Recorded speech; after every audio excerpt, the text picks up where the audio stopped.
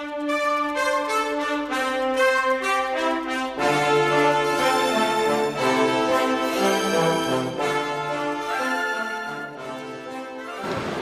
noches a todos. Muchísimas gracias, Juan, por esta presentación tan hermosa. Para mí no es más que un gran honor acompañarte a ti, al grupo de estudiantes que tú representas, que definitivamente no hace otra cosa que levantarnos el ánimo y darnos precisamente esperanza en esta Venezuela por la que vale la pena luchar, ¿no? Y sobre eso me gustaría hablar, quizás yo les voy a hacer a ustedes una pequeña descripción de cuál es el problema, de por qué estamos enterrados en este drama tenebroso, diría yo, de una exageración, en donde estamos metidos. Estamos metidos verdaderamente en este momento en una especie de fuego infernal, ¿no? Donde nuestras peores pesadillas se están materializando, cosas que nosotros pensábamos hace años que no iban a suceder en nuestro país, se han materializado y están sucediendo además en los últimos meses de una manera vertiginosamente rápida. Sí, por ejemplo, el proceso que estamos viendo con la gente haciendo colas para comprar los elementos más esenciales para su subsistencia, era algo que hace poco tiempo no veíamos. Y sin embargo ahora es el escenario natural que se ve en todas las ciudades del país. Gente que se levanta a las 4, 3, 2 de la mañana inclusive para hacer unas colas infernales de horas para comprar cosas elementales, si te las consigue, ¿no? Porque eso no va a cualquier lugar hoy en día a comprar lo que sea y es un milagro conseguirlo. Entonces uno se pregunta, ¿cómo es posible que un país como este, que era si se quiere, el símbolo de la libertad en Latinoamérica, llegamos a ser un país verdaderamente prometedor en todas las variables que se consideran para analizar un país? Éramos un país pujante, un país que sufrió mucho, evidentemente, la guerra civil y la guerra de independencia, pero que en el momento que pudimos levantar cabeza, levantamos cabeza y nos transformamos de 1928 a 1975 en el país con el crecimiento económico sostenido más importante del mundo entero.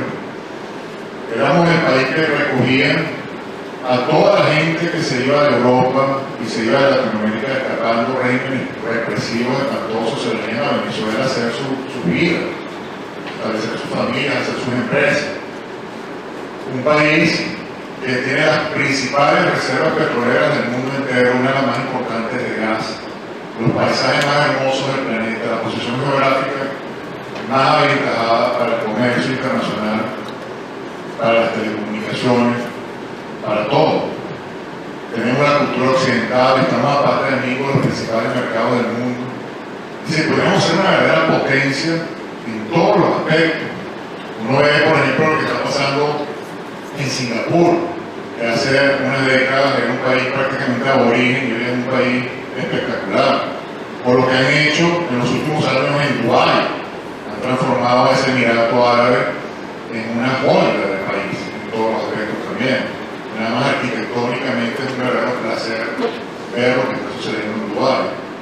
Y nosotros aquí enterrados en este basurero, rodeados de basura por todos lados, con unas carencias en todos los aspectos, hablando con nuestros anfitriones, que son médicos, además, es increíble la cantidad de médicos que se han involucrado en esta lucha. Eso verdaderamente, metafóricamente, da mucho que pensar, ¿no? Médicos tratando de curar un país que está como enfermo terminal, se están involucrando en una lucha libertaria que va más allá de su trabajo cotidiano. Y es porque, efectivamente, la enfermedad que nos está carcomiendo es un cáncer tenebroso que está, digamos, en vías de, y muy rápido, de aniquilarnos completamente como sociedad, a menos que hagamos algo al respecto. Es decir, nosotros tenemos dos opciones, básicamente. Una opción es resignar, dejar que las cosas sigan como van, dejar que las personas que están tomando las decisiones que nos han traído hasta donde estamos sigan tomando esas decisiones, porque son los mismos actores. Como decía muy bien Ludwig Moreno, a quien le agradezco enormemente la oportunidad que nos ha dado de venir a conversar con ustedes hoy. Ludwig además es una persona que yo también admiro profundamente, una persona de la que he aprendido mucho por su trabajo riguroso, de la manera rigurosa, técnica, sin lugar a dudas, como ha desnudado la realidad de un aspecto fundamental como es el sistema electoral. Entonces, a lo que voy, o nos resignamos, esa es la opción número uno, nos resignamos, dejamos que estas personas sigan tomando sus decisiones, que estas personas sigan repitiendo sus errores, como decía Ludwig, mencionando a Albert Einstein, los mismos errores, o sea, las mismas soluciones planteadas una y otra vez, esperando resultados distintos. Es decir, las mismas acciones una y otra vez, pero siempre con la promesa de que el resultado va a ser distinto. Esa es la definición que utilizaba Einstein para la locura. Decía que eso era básicamente la locura. Entonces nuestra opción es, bueno, mantenernos en esa locura, seguir ese camino, pensar que eventualmente algo va a pasar, o reaccionar. Me gustó mucho el ejemplo que poníamos Carlos Labrón, que era mariposa, porque básicamente esto se trata del famoso efecto mariposa. No tiene que ver tanto con lo que decía Juan Carlos, que sí tiene que ver. El efecto mariposa básicamente lo que te dice, resumidas cuentas, es que el aleteo de una mariposa en China puede producir un huracán en Chile. Es decir, todos los actos de la vida, por pequeños e insignificantes que sean, desatan una cadena de eventualidades que pueden, bueno, transformarse en grandes acontecimientos. Y siempre empieza con el aleteo de una mariposa, algo muy sencillo, ¿no? Nosotros, si nos resignamos, bueno, ya estamos atrapados en esa cueva sin salida, y no hay aleteo de mariposa que cambie eso, porque ya estamos transformados, si se quiere, en una especie de vampiros. Nosotros no somos el vampiro, pero estamos encuevados, rodeados de vampiros, y de ahí no vamos a salir. O, si hacemos algo al respecto, no necesariamente vamos a provocar el resultado final que vamos a buscar, porque tenemos en mente, en el corazón, no necesariamente, pero probablemente sí. Lo cierto es que vamos a cambiar nuestra realidad actual si reaccionamos. Cualquier cosa que nosotros hagamos para darle un giro a esto va a provocar una consecuencia que puede quedar en grandes, profundos cambios. Pero entonces es necesaria esa reacción urgente. Entonces, para entender qué tipo de reacción tenemos que llevar a cabo, lo primero que tenemos que hacer es comprender profundamente cuál es el problema que tenemos. O sea, ¿de qué se trata la enfermedad que estamos padeciendo? Porque si no comprendemos cuál es la enfermedad que nos está matando, las curas que apliquemos siempre van a ser las equivocadas, como efectivamente han sido. Las curas han sido equivocadas porque los médicos que hemos escogido para hacer el diagnóstico y aplicar la cura han sido médicos que no han comprendido, o por lo menos pareciera que no comprendieran. Yo creo en la profundidad de mi alma ya hoy en día que sí lo comprenden perfectamente, pero ellos no tienen vuelta atrás. Pero no han querido enseñarle al país cuál es el verdadero problema, cuál es la verdadera enfermedad. Han tapado esa enfermedad y se han hecho cómplices de quien nos ha causado la misma. Entonces hoy en día, como decía Ludwig, tienen una especie de complot con el causante de la enfermedad y se han transformado en el motivo de la enfermedad también, porque son cómplices de quien nos está aniquilando. Pero voy a hacer rápidamente una historia que es muy densa y muy compleja. Voy a tratar de resumirla en una píldora, pero yo creo que es muy importante que ustedes se lleven eso hoy claramente comprendido. ¿Qué nos está pasando? ¿Por qué estamos así? ¿Y por qué lo que se plantea en el escenario político jamás nos va a resolver el problema? Ustedes saben que la Revolución Cubana se dio a finales de los años 50, Fidel Castro llegó al poder en 1959, y desde el principio Fidel Castro sabía que para poder mantener su revolución Bueno, lo primero que tenía que hacer era destruir todo estilo de oposición interna. Lo que hizo fue que fusiló a sus enemigos. Y a los que no fusiló se tuvieron que ir para que eventualmente no los fusilaran. A otros los metió en calabozos hasta que se pudieron en las cárceles durante décadas. Y murieron en cárceles, a otros los soltaron después de 40 años de estar en cárceles y salieron sumamente dañados en todos los aspectos, ¿no? Pero Fidel Castro sabía que para mantener su revolución necesitaba plata, necesitaba dinero.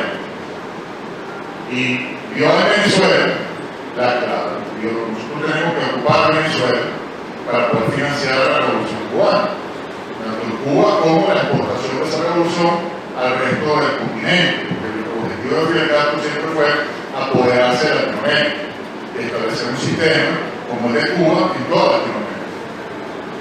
En los años 70 trató de hacer una invasión a Venezuela por la guerrilla cubana y a los venezolanos que integramos a esa guerrilla.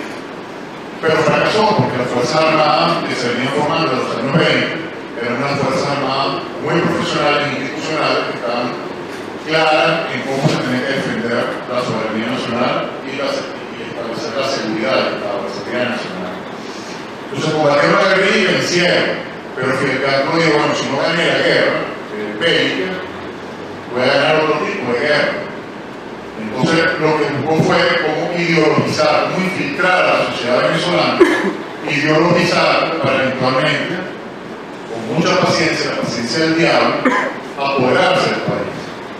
Entonces hizo dos cosas. Número uno, infiltró a las Fuerzas Armadas de Venezuela, las infiltró, entonces agarró a ciertos factores allí y los ideologizó, le dio entrenamiento en operaciones psicológicas para ideologizarlos y transformarlos básicamente en soldados de su ideología, y la academia de Venezuela, las universidades, especialmente la Universidad Central de Venezuela, la infiltró con una serie de personajes que durante años se han dedicado de cierta forma a fomentar las ideas de Fidel Castro.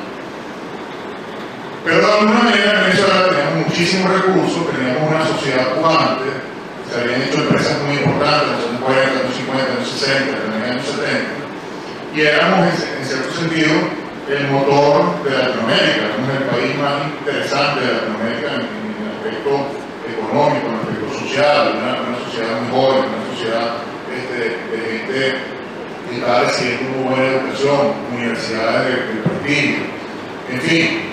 Logramos de alguna manera contener ese virus que se había inyectado por parte de Fidel Castro.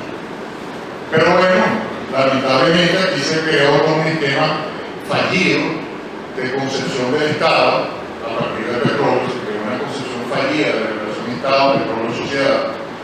Y básicamente el Estado, al apoderarse de la riqueza que daba el petróleo y no permitir que eso fluyera en la sociedad como tenía que fluir a través de la empresa privada, los factores de la sociedad civil, se apoderó de todos los recursos económicos del Estado, para el gobierno, y se generó una sociedad completamente integrada, una sociedad corrompida, que eventualmente llevó al colapso de todo el sistema.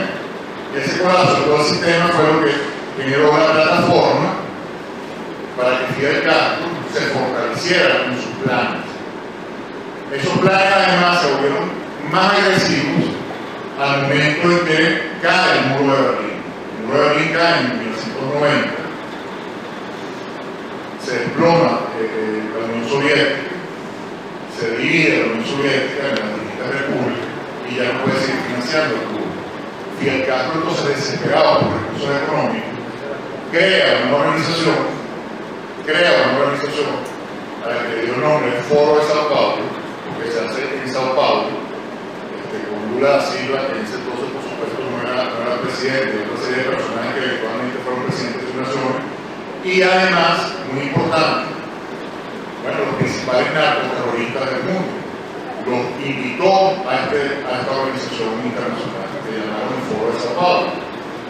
Los invitó porque a través del dinero del narcotráfico, de los carteles de la droga, él iba a financiar en ese momento la revolución cubana.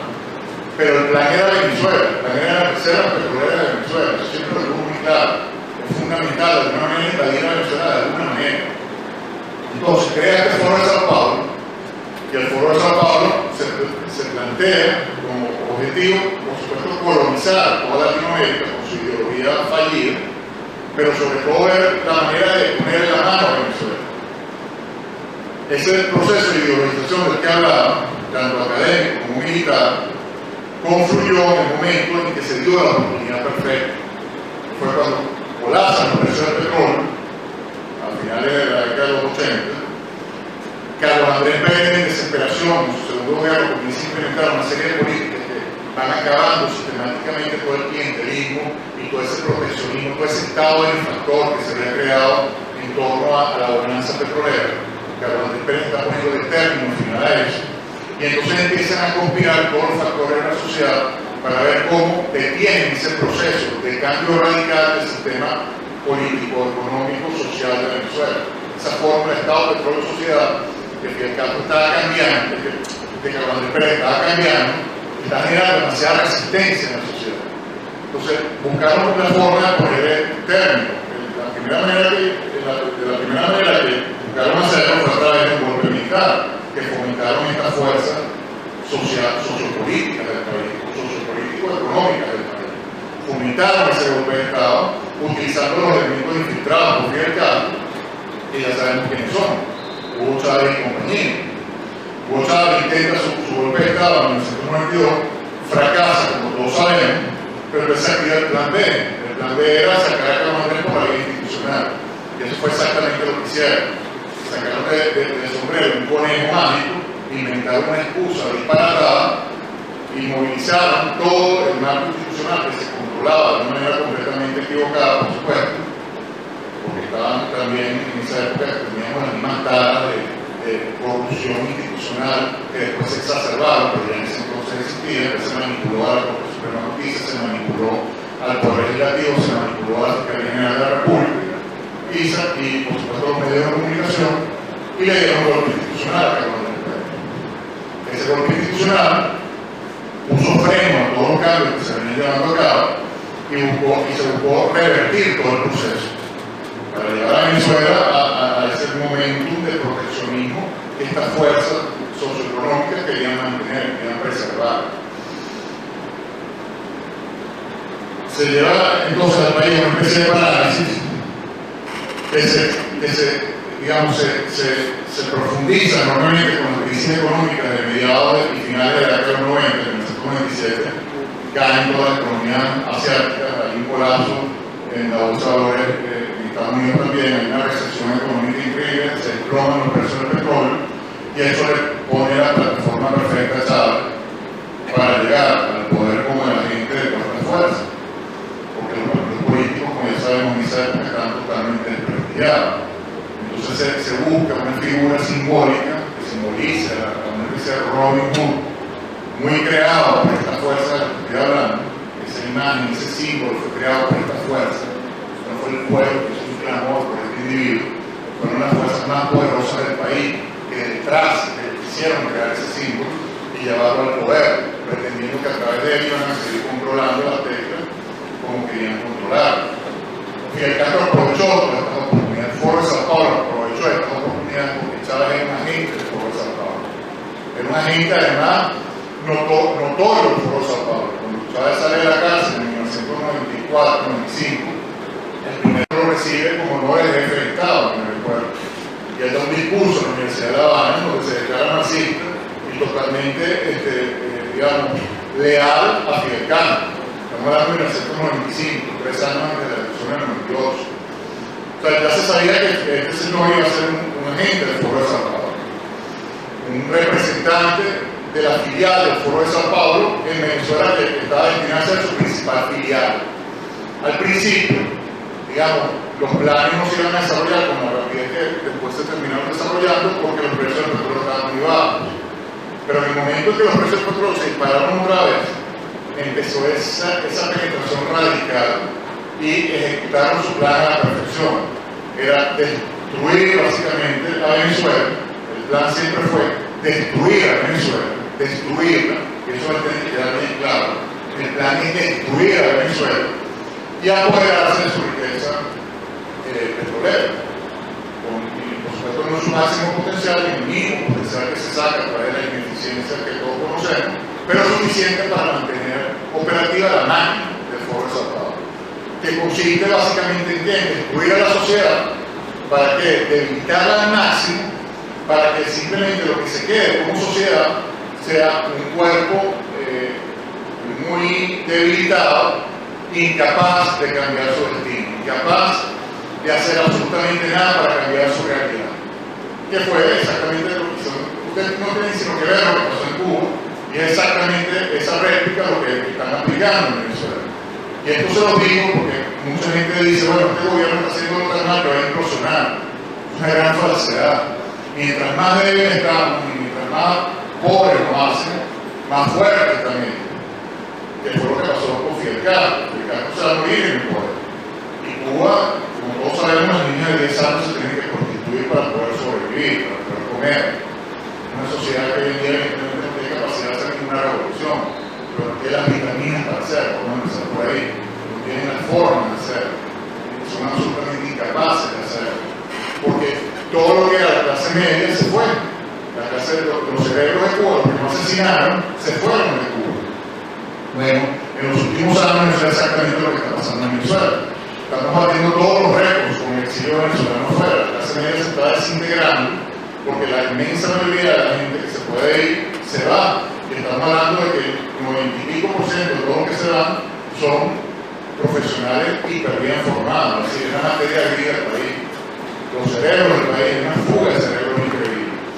Entonces, el tema es se apodera de Venezuela, destruyen su sistema económico, por eso acaban con PDVSA como una acaban, porque es la única manera de controlar completamente la industria petrolera, por eso destruyen el PDVSA. Y van destruyendo todo y cada uno de los valores que nosotros comprendemos como que son los valores que nos hacen una sociedad libre. Es decir, implementan los antivalores. Entonces, por eso, para implementar los antivalores, nos tienen que destruir el espíritu. Tienen que destruirnos como seres humanos. Nos tienen que acostumbrar a lo peor. Por eso ponen los principales cargos a la gente más ineficiente, a la gente más incompetente. Ponen de presidente de la CUSU, que representa la educación, la formación intelectual, el mérito académico, una persona que ni siquiera sabe hablar. Eso lo hacen a propósito, para desmoralizar, para destruir el significado de esas instituciones, de lo que representan, de lo que es el mérito, de lo que es el esfuerzo. Quieren acabar con todo eso y establecer su sistema de antivalores. Entonces, para eso, evidentemente, ellos necesitaban controlar también el sistema político. El sistema político. Y aquí esto hay que entenderlo, digamos, muy fríamente.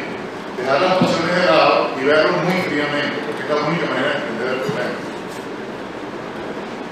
Y voy a pecar quizás de generalización, porque evidentemente en todos los aspectos que yo estoy describiendo siempre hay gente valiosa y personas que no entran en estas descripciones genéricas calificativas que voy a hacer. Pero estas generalizaciones sirven para entender el problema. Penetran el sector político y a diferencia de Castro, que tenía que recurrir a los fusiles para acabar con sus enemigos, esta gente recurre a la mejor chequera para transformar a lo que son sus potenciales enemigos en aliados, como hace la mafia. Corrompe al individuo y lo pone a su lado. Es decir, una vez que el individuo vende su arma al diablo, ya la venta se fregó. O sea, tienen tantos rabos de paja y tantos expedientes acumulados que si se ponen muy agresivos, automáticamente son aniquilados, porque les prenden el rabo de paja, le sacan el expediente y ya está, y acaban con ellos. Entonces, fue un sistema. Penetraron al sistema político y lo fueron carcomiendo, lo fueron pudriendo a través de la corrupción, a través de la compra de voluntades. Entonces, se creó un sistema político, básicamente, controlado, si se quiere, control remoto, por el Foro de Sao Paulo, por la inteligencia cubana, por el G2 cubano. No solamente del gobierno, que nosotros entendemos como gobierno, el régimen, como decía Ludwig, sino también el sistema opositor. La oposición es una extensión del régimen, y eso hay que entenderlo claramente. La oposición es una extensión del régimen, no es una oposición, es una extensión del régimen.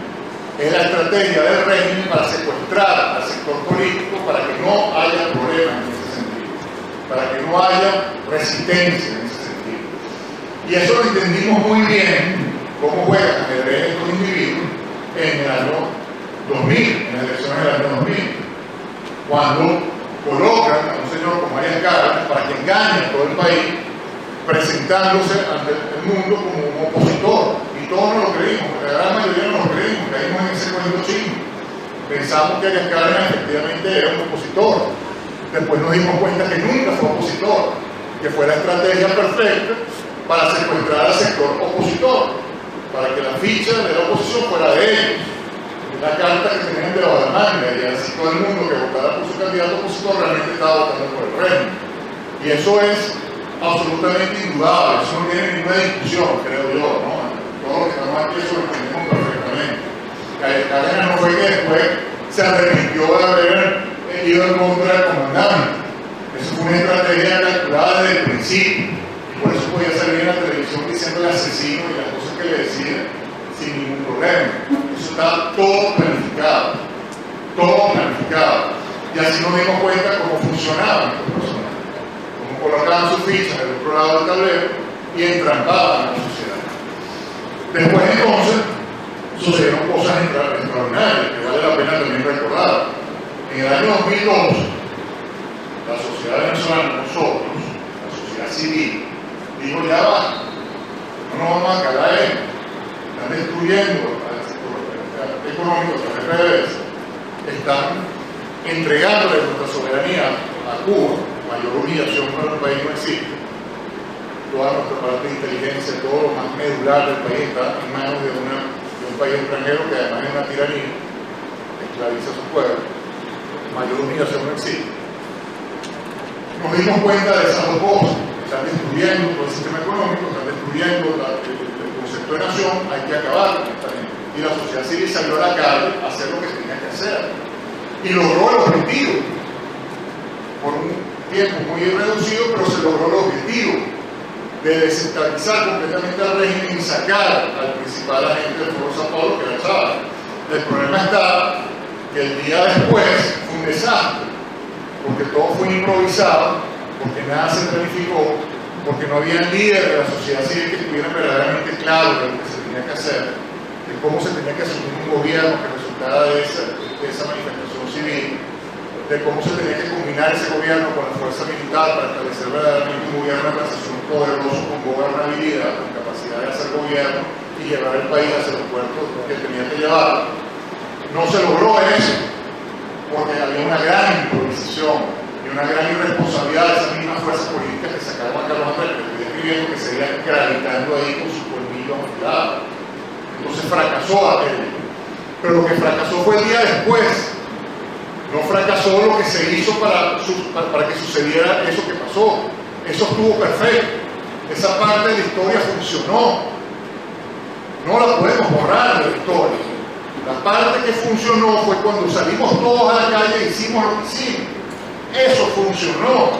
Entonces eso se tiene que entender también claramente. No se puede borrar de la mente. No se puede caer en la manipulación psicológica a la que nos han querido llevar, a la que se opinó, para que creamos que eso fue un error. Eso fue un error, eso fue perfecto. Y además fue una manifestación espectacular del tipo de sociedad que somos, del tipo de personas que somos. Esas marchas que se dieron en aquella época marcaron historia universal. En ningún país del mundo se ha visto una cosa así. Y eso somos los venezolanos. Y eso tampoco lo podemos olvidar. Entonces fracasó ese 2012. Y a partir de ese momento nos metieron en el paquete electoral, por decirlo de alguna manera. El paquete electoral que desde el principio era un paquete chileno, pero por ir hasta el medio. Porque sabemos que si la institución, si ellos controlan toda y cada una de las instituciones, ¿cómo no van a controlar la más importante para mantenerse en el poder, el sistema electoral?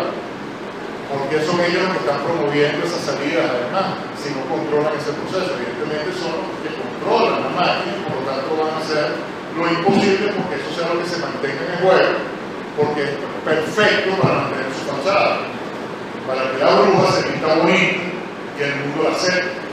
Porque si se ve la bruja con toda su fealdad, nadie la va a querer, ni en el mundo ni aquí tampoco. Entonces hay que disfrazar a la bruja. Y la mejor manera de disfrazarla es a través de las instituciones. Y las instituciones más necesarias, en este caso, por supuesto, son el sistema judicial y evidentemente el sistema electoral. Lo controlan al máximo. Entonces, Como en el 2003 no estaba suficientemente preparada la cosa para el CNE, no estaba todavía totalmente estructurado para estos fraudes, movieron el referéndum que se tenía que dar en el 2003 para el 2004. Y cuando se hace ese referéndum se hace un gran fraude que se denuncia hasta el cansancio por los técnicos que conocen de esta materia, gente como Ludwig Moreno, que han hecho trabajo impecable en ese sentido, y los han silenciado. Ese referéndum fue una farsa, y sin embargo, se trajeron una comitiva representada por 3 individuos. Una es Jimmy Carter, cuyo centro Carter está financiado por el régimen, y eso también se demostró. Gustavo Cisneros, que tiene alianza con el régimen, eso también se demostró, y César Gaviria, que era el secretario general de la OEA, que es un organismo que está infiltrado hasta la médula por el pueblo de Sao Paulo. Esos 3 individuos silenciaron el fraude y le dijeron al país que las cosas estaban bien, que podíamos seguir ese camino. Pero sabíamos que no estaba bien, sabíamos que eso estaba podrido, en gran medida por técnicos como Ludwig. Ludwig hizo el trabajo y le demostró a la gente que eso estaba podrido.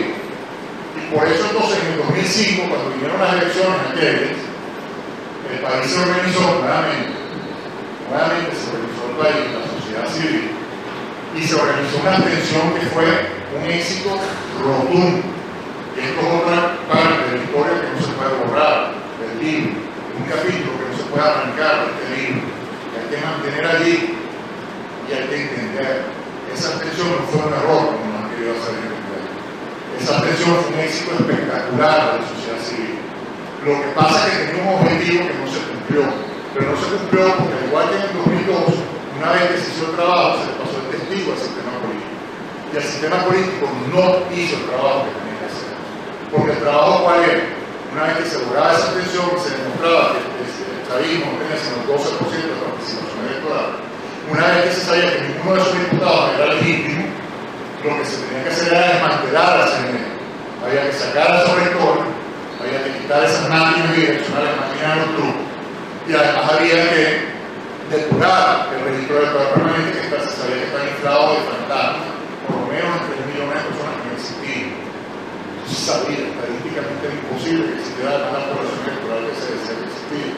Pero la idea era desmantelar todo aquello y reestructurar el CNE para que efectivamente pudiera haber un proceso transparente y un proceso democrático.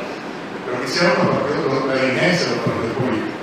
Acallaron las voces de los que exigíamos que eso pasara, nos borraron del mapa y comenzaron a exigirle al CNE, a esos rectores, cronograma para las elecciones presidenciales del año 2006. Y le dieron completamente la espalda a los esfuerzos de la sociedad civil. E iniciaron una matriz de opinión totalmente manipulada para hacernos creer que entonces el error había sido la abstención y que si no hubiéramos obtenido, yo hubiera tenido suficientes diputados para evitar cosas que pasaran, cuando eso es totalmente falso, porque antes del 2005, cuando la oposición tenía más de 80 diputados en la Asamblea Nacional, pasaron las mayores aberraciones a las libertades de este país. Las principales confiscaciones de la propiedad privada se llevaron a cabo mucho antes del 2005. Y los diputados de la oposición que estaban en esa asamblea no hicieron absolutamente nada para evitar esa confiscación. Más otra cantidad de leyes que pasaron sin oponerse en lo más mínimo, ni siquiera en la discusión a que eso sucediera. Entonces nos vendieron la gran mentira de que si no nos hubiéramos obtenido, no hubieran tenido suficientes diputados para evitar otras cosas que pasaron después del 2005. Es tan falso como que se demuestra en el mismo año 2007, 2 años apenas después, el chavismo plantea un referéndum que es aberrante, que viola todos los principios constitucionales, todos los principios del derecho natural, porque el referéndum era básicamente para consultarle al país que ya se claro, porque ese era el referéndum en pocas palabras, eso era lo que significaba. Usted quiere seguir o quiere ser claro, y eso no se puede plantear a un país, porque el referéndum era la implementación del comunismo, de las comunas, de estas cosas que sabemos. En pocas palabras, era una aberración. Entonces, ¿qué tenía que haber hecho los partidos políticos? Oponerse radicalmente a la celebración de ese referéndum. No oponerse a hacer campaña por el sí o por el no. No, oponerse a la celebración del referéndum. Porque hacer ese referéndum era abrirle la compuerta a la posibilidad de consultarle al país si quería ser libre o si quería ser esclavo. Y tal fue así que el régimen muy inteligentemente reconoció su derrota, como la puede haber reconocido, aunque siempre fue derrotado a partir del año 2000. Siempre fue derrotado. Pero el 2007 decidió reconocer esa derrota por distintos factores. Pero lo cierto es que, como yo escribí hasta el cansancio en ese entonces, no es sí, ponía yo en mi artículo de Universal.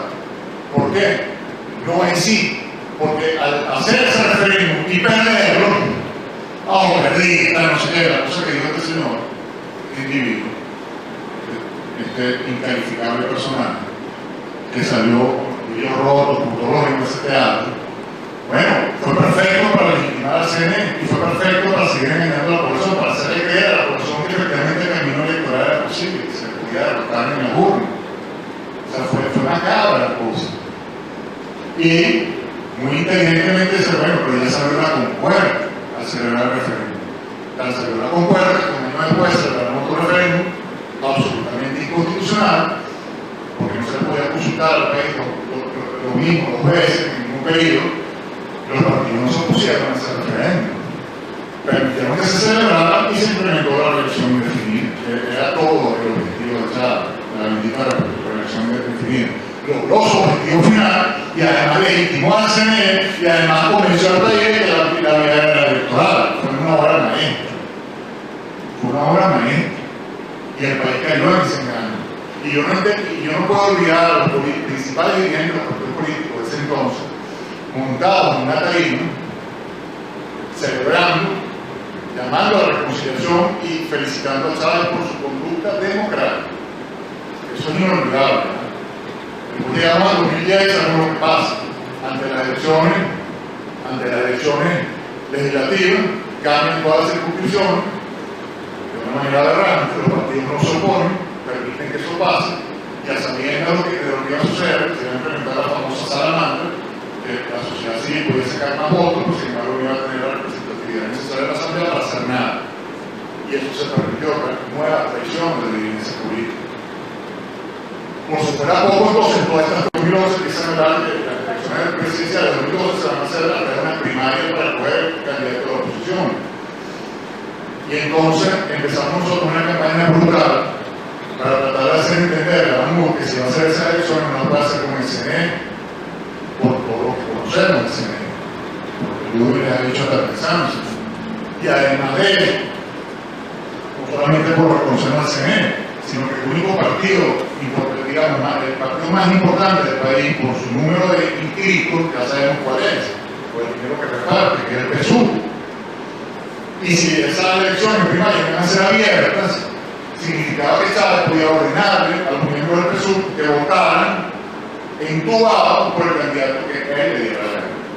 Entonces, si va a dar la paradoja que el candidato de la oposición iba a ser electo con unos vicios electorales que después no se iban a poder denunciar, iba a tener tiros en las dos alas, porque qué autoridad moral iba a tener ese candidato para denunciar fraudes electorales cuando él estaba siendo escogido por esos vicios que se tenían que haber denunciado, y que son los únicos vicios que se pueden denunciar para esclarecer un fraude electoral. Solamente entonces se someten al CNE, pagan al CNE, lo legitiman pagando para escoger al candidato de oposición y permiten que Chávez entúe los votos del PSUV para escoger al MAN, para salvar cualquier posibilidad de duda en su victoria fraudulenta al candidato más conveniente.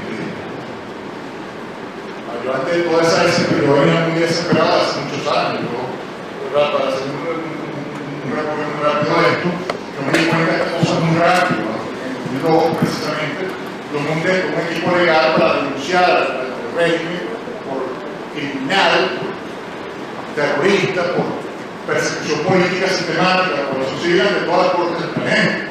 Estuve en eso desde el 2002, fui a todas las cortes del planeta, denunciando a este sistema. Y entonces, desde ese entonces, buscando la forma de denunciar todas estas cosas, y ante la desesperación se nos ocurrió, ya ante lo que veíamos venir, la catástrofe que veíamos venir en el 2012, diseñamos una candidatura básicamente como estrategia para denunciar toda la farsa, para que el país entendiera cuál era el fraude al que lo estaban conduciendo, para exigir unas condiciones que sabíamos que no nos iban a dar, y entonces plantear al país la única salida que era posible en esa realidad. sucedió.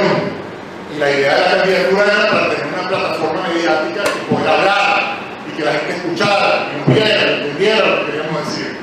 Pero entonces se operó toda la maquinaria que describíamos y nos hicieron el efecto más inclemente de ese país.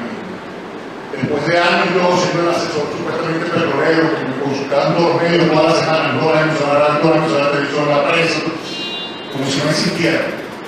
No me invitaron a un solo programa de televisión, no me mencionaron nada de lo que hacíamos en los periódicos, nada, no existía. Nos borraron del mapa. Lo único que pudimos transmitir eran las entrevistas que nos hacían los medios internacionales. Aquí nos silenciaron completamente, no teníamos forma de decir qué era lo que estábamos haciendo, qué era lo que estábamos diciendo, ustedes ni se enteraron. El reto más dramático se puede imaginar. Bueno, efectivamente todos ellos se salieron con la suya, llevaron el país a la catástrofe. Porque en 2012, en octubre, el 7 de octubre, lo que tenía que haber hecho el candidato es, sabiendo lo que iba a pasar, es, bueno, rechazar a toda costa que se volviese a implementar el fraude, y no solamente eso, impedir que el comandante supremo se eternizara como un mito imbatible. Ese era el momento de desnudarlo ante el mundo, para desnudarlo ante el mundo, porque obviamente que había un fraude cocinado mucho antes de la elección. El mismo hecho que este señor fuera candidato ya era un fraude. Bueno, lo convalidaron. Y después en 2013 ya sabemos lo que pasó en 2013. Era tan insólito el fraude que al candidato, además, para no suicidarse políticamente, no quedó más remedio que denunciarlo en un primer momento. Pero después, ¿qué hizo? Se lo metió en un bolsillo, fue al basurero, lo tiró por ahí, ese fraude, y empezaron a organizar un plebiscito de unas elecciones municipales que se sabía de antemano que no se podían ganar. La dirigencia política podía sacar partido de ese plebiscito con sus espacios de siempre. Y por eso no hablaron más de fraude, porque necesitaban ese CNE para ganar esos espacios que estaban buscando, espacios que sabemos que no le tienen para nada el avance del reino, que le da a ellos unos beneficios particulares y partidistas, pero el país bien, gracias. Entonces se olvidaron del fraude, transformaron unas elecciones municipales en un plebiscito, sabiendo que no lo iban a ganar. ¿Para qué? Para que le dieran su cuota, su pedacito de torta y legitimaran, y al cambio legitimaran a un señor que estaba a todas luces legitimado, que habían permitido que fuera candidato presidencial teniendo doble nacionalidad, que habían permitido que fuera candidato presidencial con dos sentencias del Tribunal Supremo de Justicia, que fue el asesinato de lo que quedaba de derechos en este país, porque siendo vicepresidente como era en ejercicio no podía ser candidato presidencial, y se volaron la Constitución otra vez y permitieron que lo fuera, y los partidos, silencio, allá no dijeron nada. No dijeron nada. Va a su plebiscito, y obviamente lo pierden, y al día siguiente, ¿qué hacen? Se van todos a mirar afuera, capitalismo nacional, apoyando a Sánchez. Y abrazándose con Maduro y legitimándolo. O sea, esa realidad que es el país. Estamos perdidos, estamos totalmente acabados, estamos secuestrados, no tenemos cómo movernos. Porque si ambos lados ya están jugando en contra de nuestra especialidad, entonces viene enero y se prende una luz. Esto es importante verlo también y entenderlo.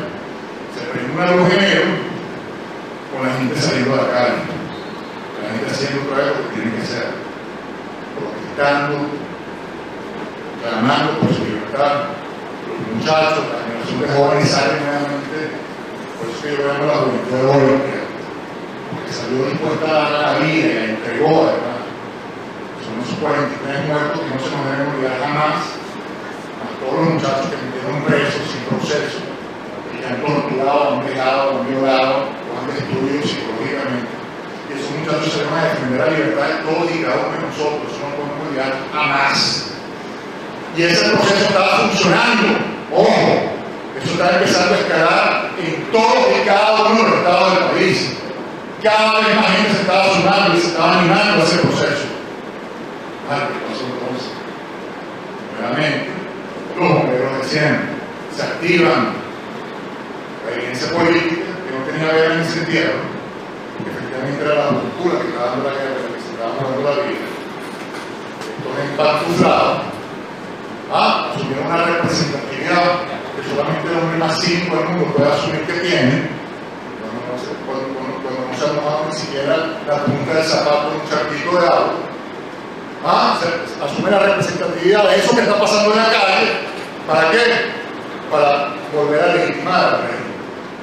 El mundo lo está viendo como el tirano que es, como la bruja fea que es. No, hay que volver a poner el trajecito bonito y hay que volver a legitimar. Entonces pone la mesa de diálogo, la repetición de la mesa de negociación de acuerdos de Carter, Gaviria y Cisneros. Misma cosa, la misma estupidez de la coordinadora democrática, la misma traición, otra vez en la famosa mesa de negociación y diálogo. ¿Para qué? Para callar. Y metemos en la cabeza que eso fue un disparate, que eso es lo único que provocó fueron 43 muertos. Después entonces una señora que tiene todos estos años legitimando esa farsa, decide entonces transformarse en una radical y viajar por el mundo entero diciendo que esto es una tiranía. Pero para regresar a eso hay que decir que hay una salida democrática. Y no solamente que hay una salida democrática semejante al Apocalipsis, que no es Cristo, sino que además una salida democrática que es una constituyente, que obviamente es un proceso electoral. Pero como ese proceso electoral se tiene que organizar, metemos a 2 alcaldes presos y organizamos rápidamente unas elecciones en marzo para volver a limpiar la maquinaria del CNE, para volverlo a honrar, para legitimar además la decisión de Maduro de haber metido a sus alcaldes presos, porque lo está legitimando en el momento que eligen unos nuevos, está legitimando esa decisión de meter presos a esos 2 alcaldes, pero se dan esas elecciones, salen todos abrazados, todos los dirigentes políticos, inclusive la que está diciendo por el mundo que con una dictadura, abrazando y celebrando ese proceso electoral aberrante. Pero ya se acaba ese proceso electoral, hay que inventar uno nuevo, porque el que está planteado falta todavía hasta diciembre del 2015. Hay que inventar uno nuevo, hay que crear un círculo electoral otra vez, hay que marear el país. Entonces vamos a traer una constituyente. Yo quisiera saber, ante todo este escenario que estamos describiendo, ¿qué carrizo va a servir una constituyente para resolver nada? Es la pregunta que nos tenemos que hacer. ¿Para qué una constituyente? Cuando el problema que tenemos es que el país está secuestrado por unos criminales, una organización criminal que nos está destruyendo voluntariamente, como un plan sistemático para destruirnos, para acabarnos como país. Entonces, ¿qué va a hacer una constituyente? Nada. Como si fuera un trabajo de ley, como si fuera un tema de leyes. ¿Cuántas leyes no existen y respetan todos los días y violan todos los días? ¿Qué vamos a cambiar en la constituyente? Que ya no podamos cambiar por lo que tenemos. Por favor. Entonces ahí se ve claramente el circo, se ve claramente la farsa, se ve claramente la mentira.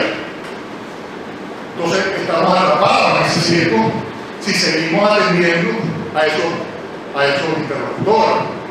Vamos a seguir atrapados en ese circo. Pero entonces, ¿qué es lo que hace? Que a uno le da esperanza. Y esa luz que se prende en enero, que esta gente trató de pelear con este circo y con esas trampas que trataron, con esas mesas de diálogo y tal, ese espíritu está ahí. Y es lo que hace que este servidor que está aquí, que ya el año pasado se puede decir que lo que se dedicó fue a escribir una novela, etcétera, etcétera, porque yo ya me veía atrapado sin salida ya.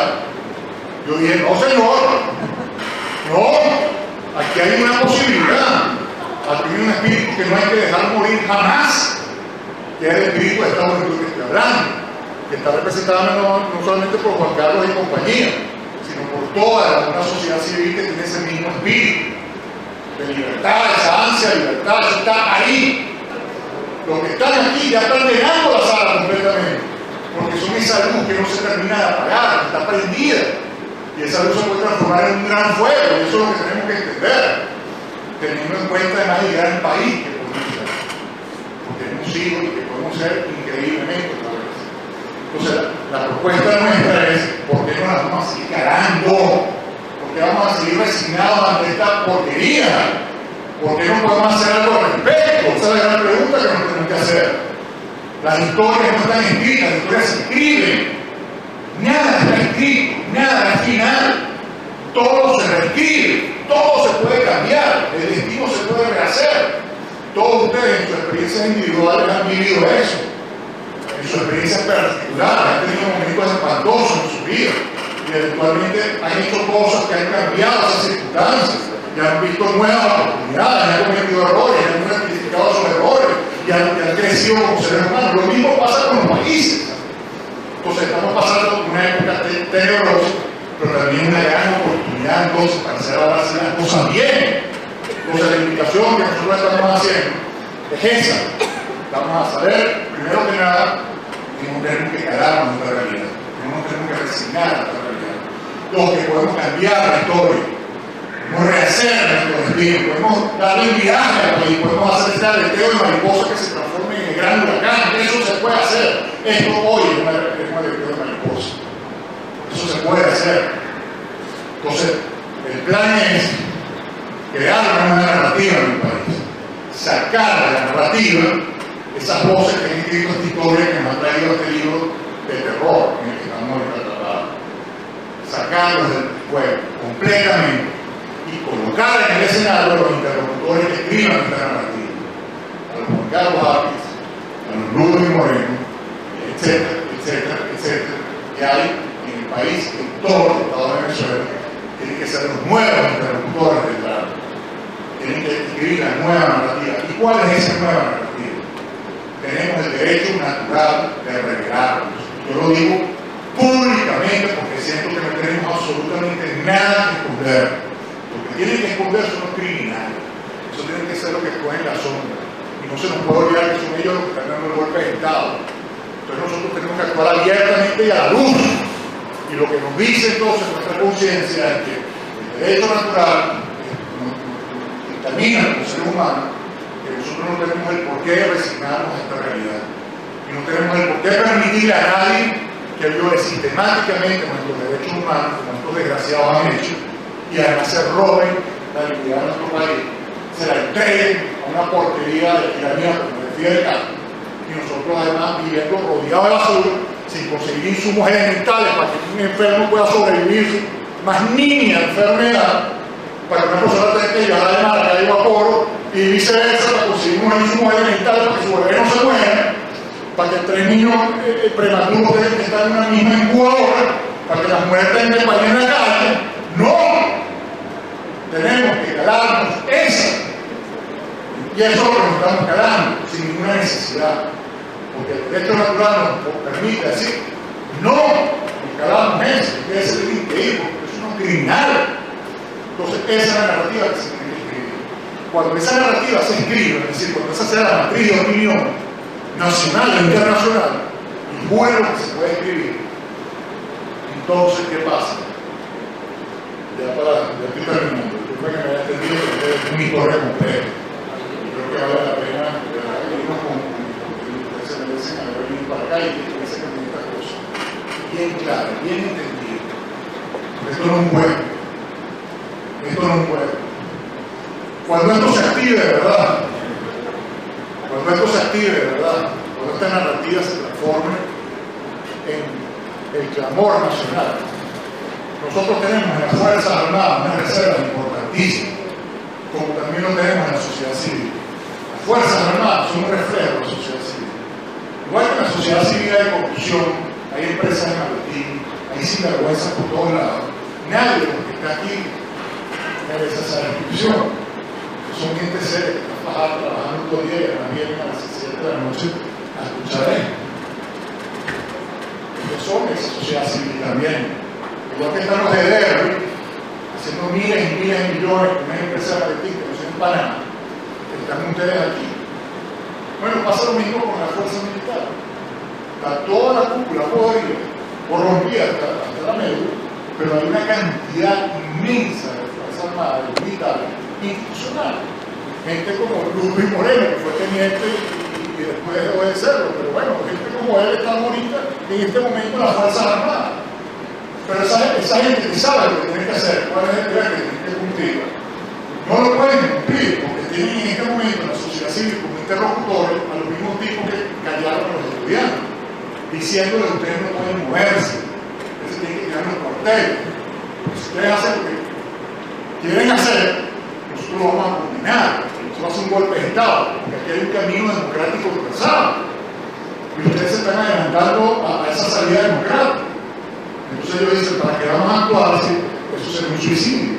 Porque todo el sector político nos va a rechazar.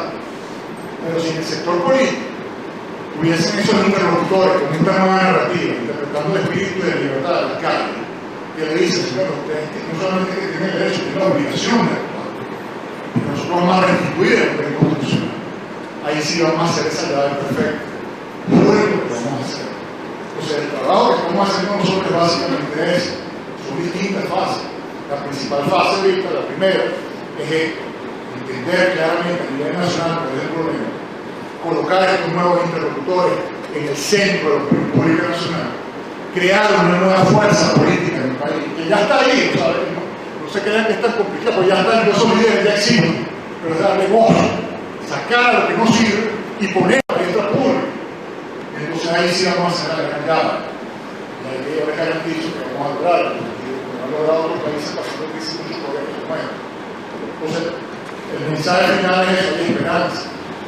Tenemos la posibilidad de esa Venezuela futura, que es una Venezuela espectacular, teniendo todos los recursos que tenemos para desarrollar todas y cada una de las áreas del país con lo mejor del mundo. Es un proceso invitar a lo mejor del mundo que se venga para acá. Lo que están haciendo Uruguay, lo que hicieron la Costa Azul, lo que hicieron Singapur, vénganse para acá. Entonces desarrollamos todas las áreas, la área de salud, la área de educación, la área de infraestructura, la área de turismo, la área de energía, la área de aeronáutica, la área de telecomunicaciones, todo con los mejores. Reconstruir el país entonces, con un gobierno evidentemente muy fuerte en un primer momento, un gobierno que va a surgir de esta sociedad civil clamando por su libertad, que pone orden en las calles, eso es urgente, acabar con esa delincuencia desatada, grave, eso realmente puede ser un gobierno muy fuerte y por eso es importante construir este liderazgo bien construido, para que exista la legitimidad de la gente que esté en ese gobierno, reconocimiento del país, para que tengan que tomar las decisiones que tienen que tomar, que son muy duras, y las tomen con apoyo nacional y apoyo y reconocimiento internacional. Entonces, básicamente ese es el objetivo que nosotros tenemos, lo que estamos tratando de transmitir al país. Que esto es posible, pero lo primero que tenemos que hacer es creernos nosotros mismos que es posible y no caer en precisamente lo que quiere el gobierno que caigamos, es la desesperanza total. Y por eso uno ve de repente el principal líder de la oposición abrazándose con un personaje como Guillermo ahora, que fue el que reprimió más duramente a los estudiantes. Entonces uno ve semejante fotografía y ¿qué hace? El espíritu se le quiebra. No hay salir. Miren esto, no hay salir. Y eso es precisamente lo que ellos no quieren hacer creer, que no hay salir. Y ahí es donde nosotros tenemos que imponer. Decir sí la hay. Y sí lo vamos a hacer. Entonces, la invitación es a tener esa fuerza. A tener esa fuerza primero con nosotros mismos, a saber que podemos cambiar nuestro destino. Activarlo a nivel nacional y con la esperanza de esa reconstrucción del país, de esa Venezuela futura representada por muchachos como Juan Carlos Álvarez, que me consta que se están fajando intelectualmente y con su lucha de cara para hacer precisamente una Venezuela distinta. Pero nada más por eso vale la pena esta lucha. Porque eso se materializa. Porque decir ahora que nos van a romper los motores, este país no lo va a parar nadie. Aquí vamos a hacer el proceso de reconstrucción más espectacular que se haya visto en muchos años en cualquier parte del mundo. Porque tenemos todo para hacer. Entonces no le demos la espalda más a esa realidad, por favor. O sea, no nos resignemos a esta porque no va a dar un agua. ¿Qué es eso? Por favor. Pero bueno, vámonos todos con esta reflexión. Yo les invito a la verdad que nos ayuden en este proceso. Esto es una cosa muy ardua, muy difícil. Quieren adaptar por todos lados. Pero nosotros tenemos el objetivo muy bien trazado, o sea, muy claramente sobre el debate. Y mientras más apoyo recibamos, más fuerza vamos a tener y más rápido vamos a suceder las cosas. Tengo muchísima fe en ese sentido. Le agradezco enormemente su presencia.